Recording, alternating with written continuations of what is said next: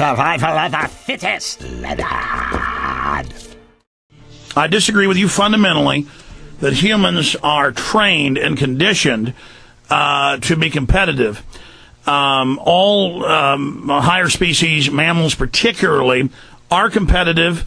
It is at its base a genetic competitiveness to pass on the traits that made the species excel in its environment in our development. With market advocates, the impression they want to give is that nature is inherently competitive, citing examples of competition in a scarcity-based environment, ignoring examples of cooperation, meaning nature doesn't have a bias towards either, nor life existing at all. However, in the long term, cooperation is the more logical choice, as it is more productive than destroying ourselves with competition and simply assuming humans are competitive, even evil by nature. Destruction does not progress science. But that's the way human beings make progress. We're violent. It's our nature. Human nature, if we're being honest. Without that drive of scarcity, As previously discussed, this is a skewed view of human motivation. because there's always going to be corrupt people. This is business maintenance. By design, businesses create enemies, the other businesses competing for monetary profit. Buy the new Alex Jones DVD, The Paranoid Conspiracy, for $49.95. You're always going to need weapons because enemies are always going to come against you. I feel like I'm watching a fucking gun commercial here.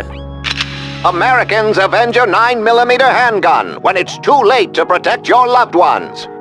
A shooting war is better for business. We must stop being so trusting. We shouldn't be concerned about public health? The irony is that while claiming to be against the elite, the New World Order, or whatever, Alex Jones and people like this support classic fear-based trading property business model propaganda, which is probably what the wealthy elite want him to think.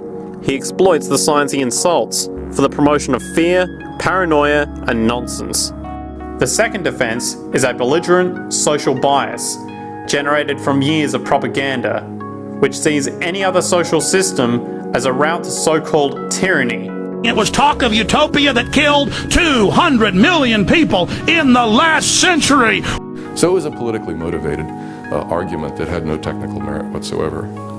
With various name droppings of Stalin, Mao, Hitler, and the death tolls they generated. Well, as despotic as these men might have been, along with the societal approaches they perpetuated, when it comes to the game of death, when it comes to the systematic daily mass murder of human beings, nothing in history compares to what we have today.